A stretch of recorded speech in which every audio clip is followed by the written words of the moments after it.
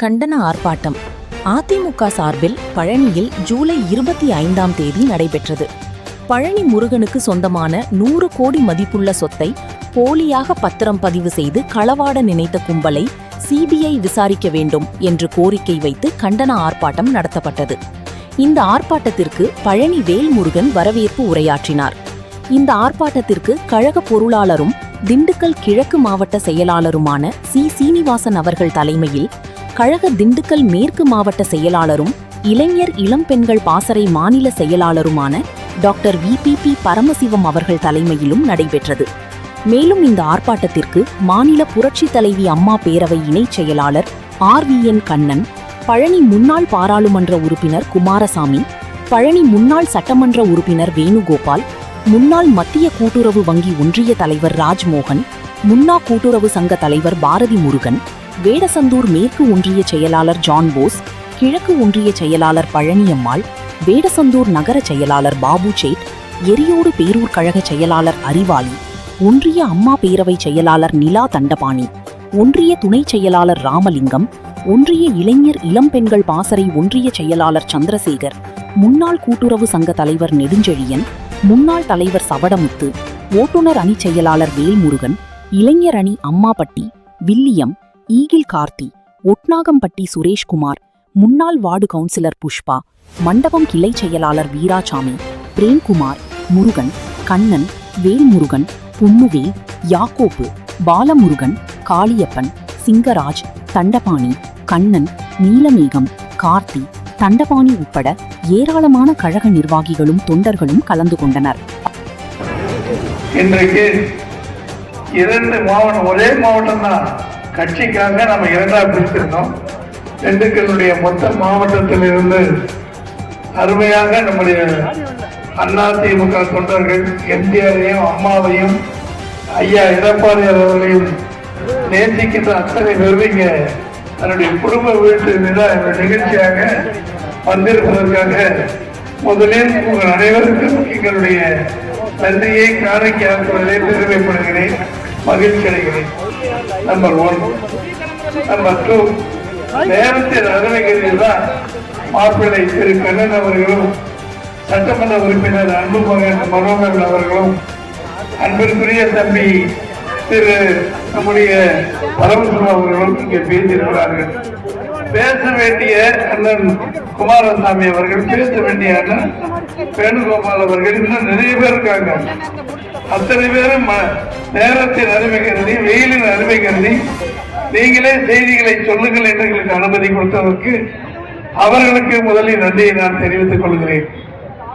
நல்ல நிகழ்ச்சியிலே கலந்து சிறப்பித்துக் கொண்டிருக்கிற அனைத்து சகோதரர்களே, இன்றைக்கு மாநில அளவில் திரு கண்ணன் அவர்களும், மாநில அளவில் பொறுப்பேற்கின்ற தம்பி மனோகரன் அவர்களும், மாநில அளவில் பொறுப்பேற்றிருக்கிற இளைஞரணி மாநில துணை செயலாளர் நத்தம் பகுதியை சேர்ந்த திரு அசாந்தீன் அவர்கள் மற்றும் பல்வேறு மாவட்ட பொறுப்புகள் இருக்கின்ற உங்கள் அனைவருக்கும் என்னுடைய நன்றியை நான் தெரிவித்துக் கொள்கிறேன். அருமை தம்பி, புலிக்கு பிறந்தது பூனையாகாது என்று சொல்வார்கள். சொல்லின் செல்வன் என்று அழைக்கப்படுகிற முன்னாள் துணை சபாநாயகர் திரு VP பாலசுப்ரமணியன் அன்பு மகன் அருமை தம்பி டாக்டர் பரமசிவம் அவர்கள் சொல்லின் செல்வருக்கு துறை சொல்லின் செல்வராக இருந்து இந்த 1 மணி நேரம் 1.5 மணி நேரம் கொடுத்தாதான் அவர் பேச முடியும். மின்னல் வேகத்தில் பேசி புள்ளிவர்களை சொல்லியிருக்காரு. அருமை சகோதரர்களே, முதலில் நம்முடைய பரமசிவம் அவர்கள் மாவட்ட செயலாளர் பொறுப்பேற்றதற்கு பிறகு இந்த மாபெரும் பொறுப்பை நம்முடைய மாண்புமிகு எடப்பாடியார் அவர்கள் அவருக்கு வழங்கியிருக்கிறார்கள்.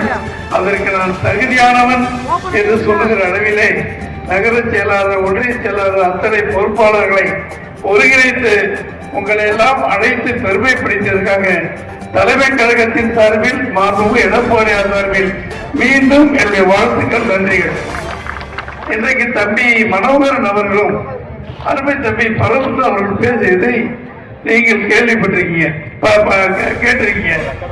ஏற்கனவே வார பத்திரிகை, தினப்பத்திரிகை, நம்முடைய டிவிக்கள் அத்தனையும் இந்த பழனி தண்டாயுதபாணி மடத்தினுடைய கொள்ளை பற்றி தெளிவாக சொல்லி இருக்கிறார்கள்.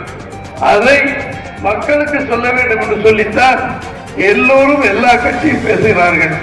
ஆனால் ஒன்றை நீங்க மறந்துட்டீங்க. தூய ஆட்சி தருவோம், சுத்தமான ஆட்சியை தருவோம், எங்கள் கைகளிலுக்கு எங்களுக்கு பணம் தேவையில்லை, லஞ்சம் வாங்க மாட்டோம், லஞ்சம் வாங்காமல் விடமாட்டேன் என்று சொல்லுகிற தமிழ்நாட்டின் முதலமைச்சர் மாண்புமிகு தம்பி விஜய் அவர்கள் இந்த விஷயத்தில் நடவடிக்கை எடுக்கவில்லை. இந்த அரசு மெத்தனமாக இருக்கிறது என்பதை மக்களுக்கு காட்டுவதற்காக இந்த நிகழ்ச்சி. நீங்க சுத்தமான ஆட்சி தருவேன், தூய ஆட்சி தருவேன் சொன்னா இப்போ இந்த பத்திரப்பதிவு நடந்திருக்கு. காரணம் இந்த காலமே அவருடைய ஆட்சியில் தான் நடந்திருக்கு. வெற்றி கழகம் ஆட்சி நடத்துகிற இந்த சூழ்நிலையில தான் இந்த பத்திரப்பதிவு நடந்திருக்கு. நானும் நம்முடைய நத்தம் திரு விஸ்வநாதன் அவர்கள் அமைச்சர்களாக இருந்தவர்கள். ஒரு அமைச்சருக்கு தெரியாமல் ஒரு அணு கூட அசையாத அந்த இலாக்காவில் இன்றைக்கு அறநிலையத்துறை அமைச்சராக இருக்கிற அந்த அமைச்சருக்கு தெரியாதது போல ஒரு இன்ச்சு நிலத்தை கூட நாங்கள் விட மாட்டோம் அப்படின்னு இன்னைக்கு அவர் பேசியிருக்கிறதாக செய்தித்தாள் வருகிறது. எங்க அப்பா குதிர்பிள்ளை இருக்கிற மாதிரி மாட்டிக்கிட்டு முடிக்கிறாங்க தமிழ்நாடு வெற்றி கழகம். அருமை தம்பி பரமசிவம் அவர்களும் அருமை தம்பி மனோகரன் அவர் கேள்வி கேட்டாங்க, ஏன் ஜீரோ வேல்யூ போடவில்லை முதல் குற்றச்சாட்டு மனோகரன் சொன்னார். அதற்குள்ள ஆதாரங்களை தம்பி பரம சொன்னார்கள். நான் கேட்கிறேன், இந்த நிகழ்ச்சியிலே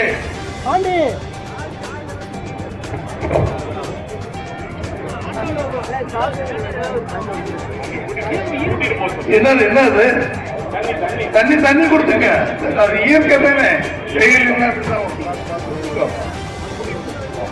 நம்முடைய இந்த ஆட்சியில் புதிதாக ஆட்சி அருங்காட்சியகம் பெறாமல் இருந்த நிலம் 2 தனியாருக்கு கிரயம் செய்து கொடுக்கப்பட்டதாக புகார்கள் எழுந்திருக்கிறது. இந்த பத்திரப்பதிவை செய்வதற்காகவே பிறகு முதல் ஆர்ப்பாட்டம் பொதுச் செயலாளர் நேற்று சொன்னாங்க, கழகத்தின் சார்பாக முதலா பள்ளியில் ஆர்ப்பாட்டம் தொடங்குது, சிறப்பான நடத்தி இந்த ஆர்ப்பாட்டத்தை போராட்டமாக மாற்றுங்கள் என்று சொல்லி இருக்கிறார். இந்த மாபெரும் ஆர்ப்பாட்டத்திற்கு தலைமை தாங்கும் என்றும் எங்கள் மதிப்புக்கும் மரியாதைக்கும் உரிய எங்கள் சித்தப்பா முன்னாள் அமைச்சர் கழகத்தின் பொருளாளர் ஐயா திண்டுக்கல் சீனிவாசர்களை வணங்கியும் என் அன்புக்கும் பாசத்துக்கும் நேசத்துக்கும் உரிய அன்பு சகோதரர் எங்கள் மாவட்ட செயலாளர் முன்னாள் சட்டமன்ற உறுப்பினர் சகோதரர் பரமசிவம் அவர்களே மற்றும் இந்த விழாவிற்கு வந்திருக்கும் என்னை வெற்றி பெற செய்து கடுமையாக உழைத்து வெற்றி பெற செய்த உங்கள் அனைவருக்கும் உங்கள் பாதம் தொட்டு என் நன்றியை கூறி என் உரையை ஆரம்பிக்கிறேன். இங்கே வந்திருக்கும் எனது அருமை மாமா முன்னாள் பாராளுமன்ற உறுப்பினர் குமாரசாமி அவர்களே, முன்னாள் சட்டமன்ற உறுப்பினர் கழகத்தின் பொருளாளர் திண்டுக்கல் மாவட்ட மேற்கு மாவட்ட பொருளாளர் ஐயா வேணுகோபால் அவர்களே, மற்றும் எல்லா கிழக்கு மாவட்டம் மேற்கு மாவட்டத்தை சார்ந்த அருமை சகோதரர்களே, என் அன்புக்கும் பாசத்துக்கும் வணக்கத்துக்குரிய இரு சகோதரர்கள், சகோதரர் கண்ணன் அவர்களே, சகோதரர் ராஜ்மோகன் அவர்களே, நாங்க 3 பேர் ஒன்னாவே இருப்போம். அதனால எப்பவுமே சகோதரர்கள் சொன்னேன், தனியா பேர் சொல்ல விரும்பல. பின்னாடி சொன்னாங்க பேர் சொல்ல மறந்துட்டு இல்லை, எப்பவும் 3 பேர் ஒன்னாவே இருப்போம். அதனால நாங்க அன்பு சகோதரர்கள் மற்றும் இங்கே கூடியிருக்கும் அனைவருக்கும் முதல்கண் வணக்கம். நம்ம இங்க எல்லாம் கூடி நிக்கிறோம்னா அதுக்கு 2 தெய்வங்கள் தான் காரணம். புரட்சி தலைவர் அம்மா, சத்துரு கண்ட சரித்திர நாயகன் புரட்சி தலைவர். பெண்களுக்குன்னு ஒரு பெரிய பெண்கள் பாதுகாப்புனாலே உலகமெல்லாம் பேசப்பது புரட்சி தலைவர் அம்மா தான். அம்மா கொண்டு வந்த திட்டங்கள், தலைவர் கொண்டு வந்த திட்டங்கள்லாம் மிகச்சிறந்த திட்டங்கள். இரு தெய்வங்களையும் வணங்கி என் உரையை ஆரம்பிக்கிறேன். பெருசா பேச விரும்பல, வெயில் அதிகமா இருக்கு, நிறைய பேசணும். பள்ளி சட்டமன்றத்தை பத்தி 70 நாளுக்கு மேலாச்சு சட்டமன்ற உறுப்பினராகி. முதல் தேவஸ்தானத்தை நான் வச்ச கோரிக்கை பெரியார் கோயிலுக்கு ரோடு போடணும் தான். அதை காது கொடுத்து இதுவரைக்கும் கேட்கல, போராடி பாடாச்சு. இந்த போராட்டம் இதுக்காக சரி, என்னுடைய கோரிக்கையாகவும் சரி, முதல்ல என்னுடைய கோரிக்கையில நம்முடைய கோரிக்கையில என்னன்னு சொல்லிட்டு அப்புறம் அந்த போராட்டத்தினுடைய குறிப்புக்கு வர்றேன். இந்த தேவஸ்தானத்துல அத்தனை வாடி போராடியாச்சு.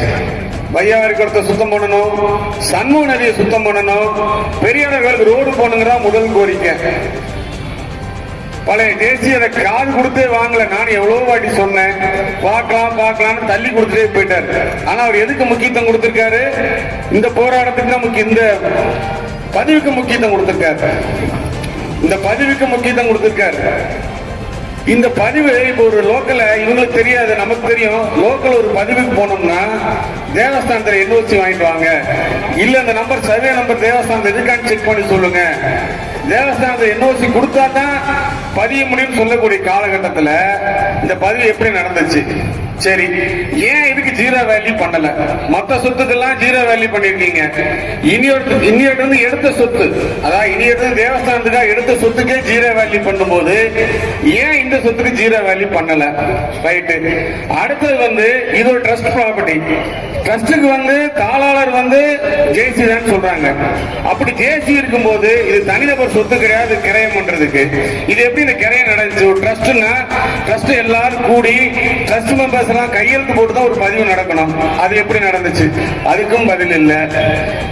இப்படி ஒவ்வொரு விஷயங்களும் பதிவு நடந்து பிரஸ் மூலம் ஊடகங்கள் மூலம் வெளிவந்ததுக்கு அப்புறம் தேவஸ்தானம் அதனுடைய அறிக்கை வெளியிடுது. ஏன் அந்த 10 நாள் அமைதியா இருந்தாங்க? அதுக்கான காரணம் தெரியல. இப்படி சொல்லிட்டு அடிக்கிட்டே போலாம், நிறைய விஷயங்கள் அடிக்கிட்டு போலாம். இதுல வெயில் அதிகமா இருக்கு, நிறைய பேச வேண்டியது இருக்கு. கண்டிப்பாக இதற்கு நீதி வழங்க வேண்டும். இதுல யாரெல்லாம் சம்பந்தப்பட்டிருக்காங்க அவங்க எல்லாம் குற்றவாளிகளை பூரா வெளியே கொண்டு வர வேண்டும்னு இந்த ஆர்ப்பாட்டத்தினுடைய முதல் கோரிக்கை அதான். என்ற காரணம் நிர்வாக திறமையினுடைய காரணம் தான் இன்றைக்கு இப்படிப்பட்ட நிகழ்வுகள் எல்லாம் இன்றைக்கு நடந்து கொண்டிருக்கிறது. இன்றைக்கு நம்முடைய புரட்சி தலைவர் எம்ஜிஆருடைய ஆட்சி காலத்திலும் சரி, நம்முடைய புரட்சி தலைவி அம்மாவுடைய ஆட்சி காலத்திலும் சரி, நம்முடைய புரட்சி தமிழர் எடப்பாடியாருடைய ஆட்சியிலும் சரி, இன்றைக்கு தமிழக மக்களுடைய எண்ணத்தை நிறைவேற்றுகின்ற வகையிலும் தமிழகத்தில் எந்த ஒரு தவறு செய்தாலும் அந்த தவறுகளை இரும்பு கரம் கொண்டு ஒடுக்கி நல்லாட்சி தந்தவர்கள் தான் நம்முடைய முதல்வராக இருந்து கொண்டு ஆட்சி செய்தவர்கள்.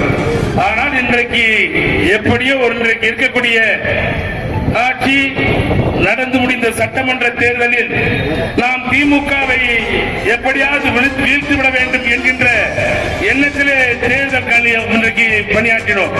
ஆனால் திமுகவோ அதிமுகவை எப்படியாவது களத்தில் வீழ்த்த வேண்டும் என்று நாம் இருவரும் ஒருவரை சிந்தித்து அரசியல் களத்திலே போட்டியிட்டமே சூழ்நிலையில், ஆனால் தாவேகாவை பற்றி நாம் சற்றும் சிந்தித்து பார்க்கவில்லை. இன்றைக்கு அப்படிப்பட்ட ஒரு சூழ்நிலையில் இன்றைக்கு மக்கள் எதிர்பார்த்து இந்த அரசை அமைத்திருக்கிறார்கள். ஆனால் மக்கள் எதிர்பார்த்த அரசாக இந்த அரசு இல்லை. இன்றைக்கு காணல் நீராக இன்றைக்கு இந்த ஆட்சி நடந்து கொண்டிருக்கிறது. காலப்போக்கிலே மக்கள் நன்கு உணர்வார்கள் என்பதை இந்த நேரத்தில் தெரிவித்துக் கொண்டு இந்த நல்ல நிகழ்ச்சியிலே கலந்து கொண்டு உங்களுக்கு நல்லபட்ட கருத்துக்களை எல்லாம் நம்முடைய எடப்பாடியார் அவர்கள் ஆணையின் ஏற்று